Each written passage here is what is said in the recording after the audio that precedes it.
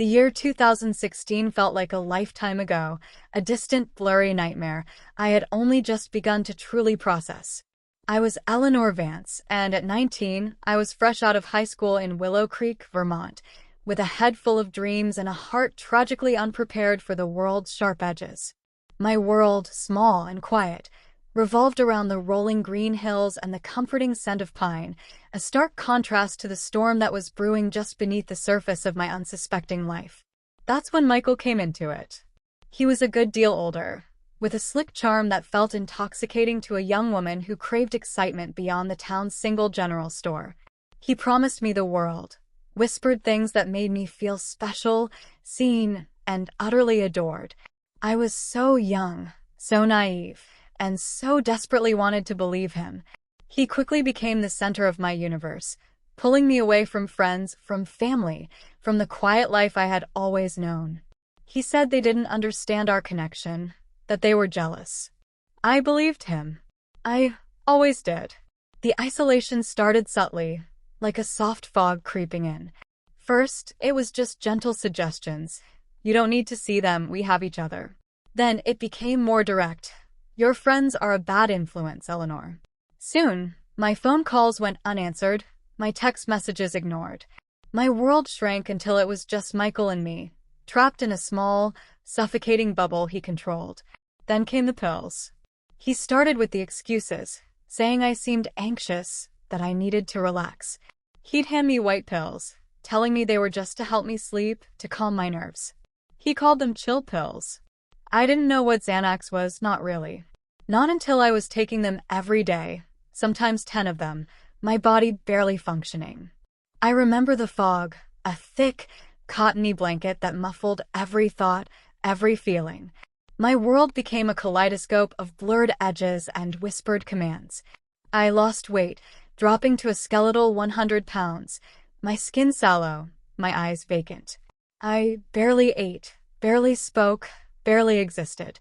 My mind, once quick and curious, was a sluggish, unreliable machine. My sense of self, the very core of who Eleanor was completely destroyed, systematically dismantled piece by piece. He controlled everything. My money, my time, my thoughts. He convinced me I was nothing without him, that no one else would ever want me. He told me I was crazy, that my memories were wrong, that I was imagining things. He'd scream, then apologize, then scream again. I lived in a constant state of fear, confusion, and desperate yearning for the loving man he pretended to be in rare moments of tenderness. The physical abuse was sporadic but terrifying, a cold hand on my throat, a shove against a wall, but the emotional and sexual abuse was relentless, a constant, gnawing pain that burrowed deep into my soul. I was a puppet, my strings pulled by a cruel and invisible hand, utterly disconnected from reality, a ghost in my own life. When it finally ended in 2016, I didn't break up with him so much as I collapsed. He just left me. He went to prison for something unrelated, some other scheme, and I was just there. Dazed, confused, and completely alone. I didn't have a penny to my name, no identification, and no concept of how to navigate the world outside the toxic bubble he had created. I ended up homeless, not because I made a bad choice, not because I just fell on hard times. I was homeless because he had drugged me into oblivion, emotionally wrecked me, and left me with no means, no support, and no idea how to even begin rebuilding a life that had been meticulously erased. The years that followed were a grueling, silent battle. From 2016 to 2019, I lived day by day, sometimes hour by hour. There were nights spent in shelters, days spent trying to piece together fractured memories, struggling to string coherent sentences together. I had to learn how to exist again, how to eat, how to sleep without the chemical haze, how to trust my own thoughts. It was a slow, painful crawl back to something resembling normalcy. I got a minimum wage job at a diner, scrubbing dishes until my hands ached, saving every single dollar. I found a small, cheap apartment outside of Willow Creek, a tiny space that felt like a palace after so long without a roof over my head. I finally had a stable address, a physical place to call my own, however humble. I was still vulnerable, still picking up the pieces, but I was functioning. I was breathing. Then, in late 2019, a terrifying letter arrived in the mail. The envelope was official-looking, stark white, but the words inside were a shock to my system. All caps. Red ink. It screamed from the page, a demand for a huge amount of money, an astronomical sum that made my stomach lurch. It was from the government, an official notice about unpaid taxes, penalties, and interest. My mind, still fragile, still prone to panic, immediately spiraled. I thought it was my fault somehow. Had I forgotten something? Had I made a mistake? I was still so accustomed to feeling guilty, believing I was to blame for everything wrong in my life. I was still in survival mode, still reeling from the trauma, still believing the insidious lies Michael had woven into my mind. I panicked. I started paying it, sending what little money I had, convinced that if I didn't, worse things would happen. Every payment was a sacrifice, a piece of my fragile recovery. I worked extra shifts, ate even less, just to send another meager check to this faceless entity demanding money I didn't understand. I was still so susceptible, so easily manipulated. It was a dark cloud hanging over me, threatening to pull me back into the abyss I had just crawled out of. It wasn't until 2 years later, in 2021, that the fog finally began to lift enough for me to see clearly. I was stronger then, more grounded. I had a better job, a small savings account, and a flicker of the old Eleanor, the curious, intelligent girl I used to be, had started to return. I was still paying, but the nagging feeling wouldn't go away. This didn't make sense. I hadn't earned that much money. I hadn't had a business. Why was I in debt for it? I decided to investigate. It was a daunting task, but I had learned to advocate for myself, however timidly. I started by calling the tax office, explaining my situation, my voice trembling. They told me the debt was tied to a business, a PayPal account. A business? Under my name? My heart pounded against my ribs. I had never opened a PayPal account, let alone run a business. I didn't even have a physical social security card. It must have been something Michael memorized or taken from me when I was drugged, too out of it to notice. The realization hit me like a physical blow, a cold wave of horror washing over me. It was him. It had to be him. I contacted PayPal, my voice shaking with a mixture of fear and fury. I explained everything, the abuse, the drugging, the homelessness, the debt. They listened, their voices flat and professional. "You need to file a police report, ma'am," the customer service representative said, her tone devoid of emotion. "We can't do anything until you have an official police report for identity theft." So I did. I went to the local police station in Willow Creek. My hands were clammy, my story tumbling out in a rush of words. The officer took down my statement, his gaze sympathetic but distant. I provided him with everything I had, the letters, the PayPal information, my fragmented memories of Michael. I clung to the hope that finally someone would help me, that the system, the one I had once believed in, would deliver justice. Weeks turned into months. I called the police station again and again. "Is there an update?" I'd ask, my voice thin with desperation. "Has it gone to the fraud department?" Each time the answer was the same. "We're looking into it, Ms. Vance." Or, "It's still in process." Then one day a different answer. A different officer. "Ms. Vance," he said, his voice clipped, "I'm afraid nothing can be done. The report didn't even make it to the fraud department properly, and now, frankly, it's too late. The statute of limitations has run out on this kind of financial crime. There's nothing we can prosecute him for." The words hit me like a punch to the gut, stealing the air from my lungs. Too late. Statute of limitations. He wouldn't be prosecuted. My mind reeled. Michael. He had already been to prison before, for other things, other deceptions. He was a repeat offender, a predator who left a trail of destruction in his wake. And now he got to walk free, completely unburdened, while I was stuck with the debt, with the trauma, with the weight of an identity he had stolen and sullied. He had taken my youth, my innocence, my sanity, and then, after I clawed my way back, he had stolen my financial future too. I felt a cold, hard knot form in my stomach. The anger was a slow burn, a deep, pervasive heat that spread through every fiber of my being. I was exhausted, yes. Broke, absolutely. Heartbroken, irrevocably. But more than anything, I felt a simmering rage. The system had failed me, leaving me abandoned and vulnerable, just as Michael had. But I wasn't that drugged, broken girl anymore. I wasn't just going to sit with this. I couldn't. I needed justice. I didn't care if it was legal, emotional, or social. I didn't want to do anything that would put me in jail, but I also knew I couldn't just accept this. I needed to feel like there was some way to get justice, some way to reclaim a piece of what he had stolen from me, a piece of Eleanor Vance that was still buried under years of pain and deceit. I might be scarred, but I was no longer shattered. I would find a way. I had to. The screen of my old laptop glowed in the dim light of my small apartment in Willow Creek, Vermont. It was late, the kind of late where the crickets outside seemed to hum a lonely tune, but I wasn't listening. My gaze was fixed on the Reddit thread, my raw, desperate plea for help. The responses poured in, a mix of sympathy, advice, and sometimes a frustrating echo of the official channels that had already failed me. I'm so sorry, Eleanor. This sounds horrific.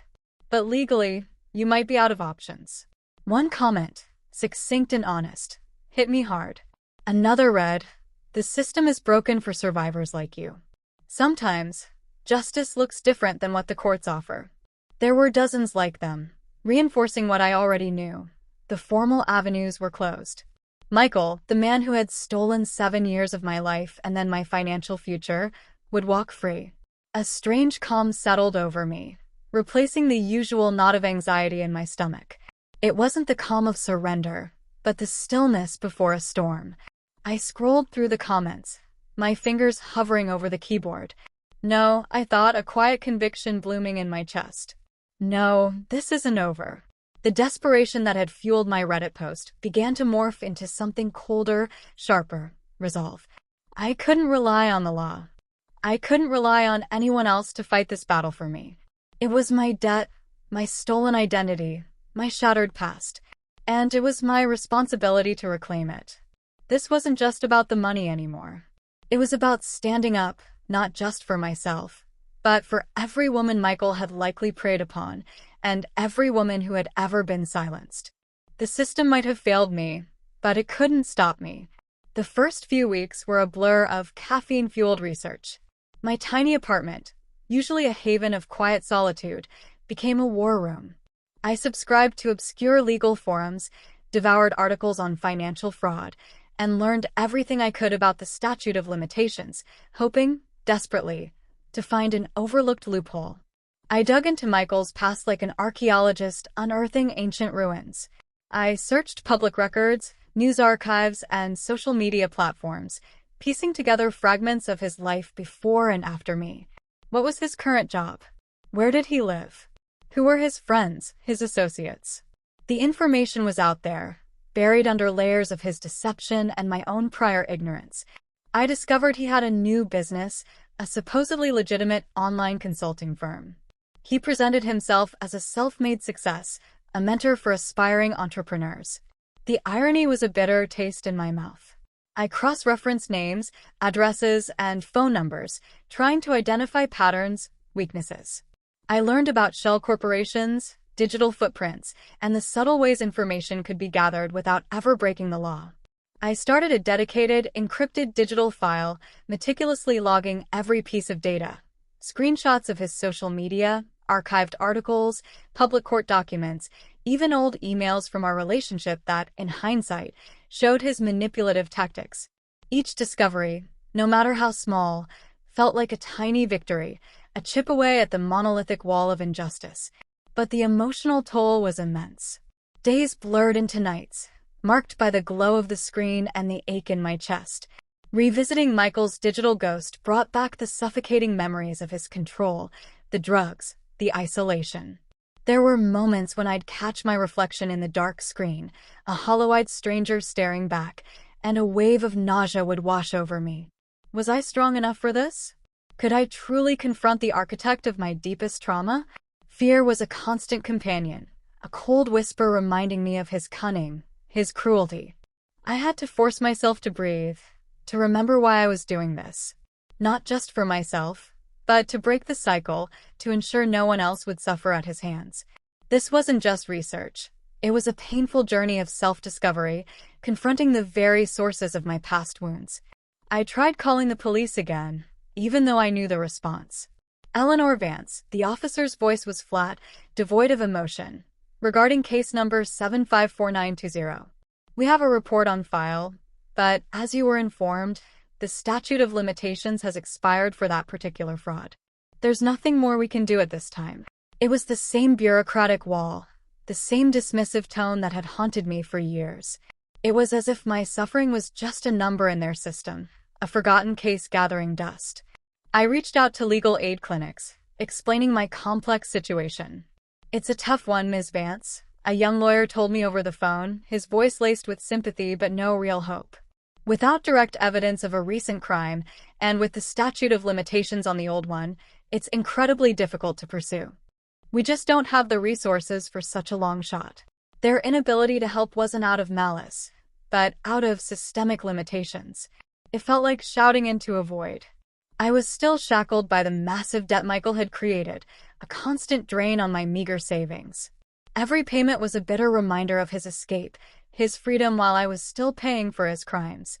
The financial strain was relentless. I was working 2 part-time jobs, barely covering my rent and the monthly payments on the fraudulent debt. There were days I'd stare at my bank account, watching the numbers dwindle, and a wave of despair would wash over me. Is this really worth it? I'd ask myself. Am I just throwing good money after bad, chasing a ghost? The isolation, which Michael had so carefully cultivated during our relationship, threatened to creep back into my life. Friends meant well, but they couldn't truly understand the depth of this particular fight. I was alone, battling not just a man, but an entire system that seemed indifferent to my plight. The flashbacks were constant, triggered by a particular scent, a phrase, a moment of vulnerability. My mind would transport me back to the dark corners of that 7-year nightmare, leaving me breathless, trembling, questioning my own sanity and strength. Then a lifeline appeared. A response to my Reddit post stood out, not for its legal advice, but for its directness and empathy. "Eleanor, your story hit me hard. I'm Sarah Chin, a legal advocate specializing in financial abuse and systemic failures. I've seen this kind of thing before. The law might be slow, but justice isn't always confined to a courtroom. Contact me." Her email address was attached. It felt like a risk, but I was out of options. When we finally spoke via video call, Sarah was exactly what I needed. Sharp, pragmatic, and fiercely determined. She was in her late 40s, with kind eyes but a no-nonsense demeanor. "Okay, Eleanor," she began, leaning into the camera. "Let's be clear. The police won't help you with the old fraud. The statute of limitations is a very real barrier. But Michael is a repeat offender. People like him don't just stop. There are always other ways to find new evidence, new victims, new angles." Sarah became my mentor, my strategist. She didn't offer false hope but gave me concrete steps. She showed me how to navigate public records with greater precision, how to identify hidden assets, and how to build a case that would stand up, not necessarily in a criminal court, but in the court of public opinion or even a civil one. She introduced me to an online network of survivors who had pursued similar paths, women who had reclaimed their lives and, in some cases, even managed to hold their abusers accountable through unconventional means. Their stories were a beacon, proving that even when the official doors were closed, there were always windows and back alleys to explore. Sarah's belief in me, her unshakable conviction that Michael could be stopped, was the emotional fuel I desperately needed. She saw not just a victim, but a survivor with immense strength. With Sarah's guidance, my amorphous rage began to solidify into a concrete, multifaceted plan. This wasn't about petty revenge. It was about exposure, accountability, and prevention. Our strategy had 3 main prongs, each designed to chip away at Michael's carefully constructed facade without me ever crossing legal lines myself. First, we would target his financial vulnerabilities. Sarah taught me how to trace his current business dealings, looking for inconsistencies, hidden partners, or potentially fraudulent practices in his new venture. If he was running a business under my stolen identity before, what was to stop him from doing something similar now? We focused on his public-facing business, seeking out disgruntled former employees or customers, any whispers of unethical behavior. The goal was to build a comprehensive financial profile that would eventually be undeniable. Second, we aimed for social exposure. Michael thrived on his image as a successful, respectable businessman. We would use my existing Reddit post as a foundation, but elevate it beyond a personal cry for help. We would gather testimonies, not just from me, but from any other past victims we could discreetly identify. Sarah explained the importance of careful, ethical information gathering, always prioritizing safety and avoiding direct confrontation. The idea was to create a narrative that would reach beyond casual internet browsing, potentially attracting the attention of local investigative journalists or community groups. Third, we explored civil avenues. While the criminal case was likely closed, a civil lawsuit for damages, perhaps even a class action if we found more victims, might still be possible. Sarah connected me with a few pro bono lawyers who specialized in complex civil fraud and abuse cases. This would be a long shot, but having a legal framework to lean on, even a potential one, gave the whole plan a much-needed backbone. This wasn't just about Michael.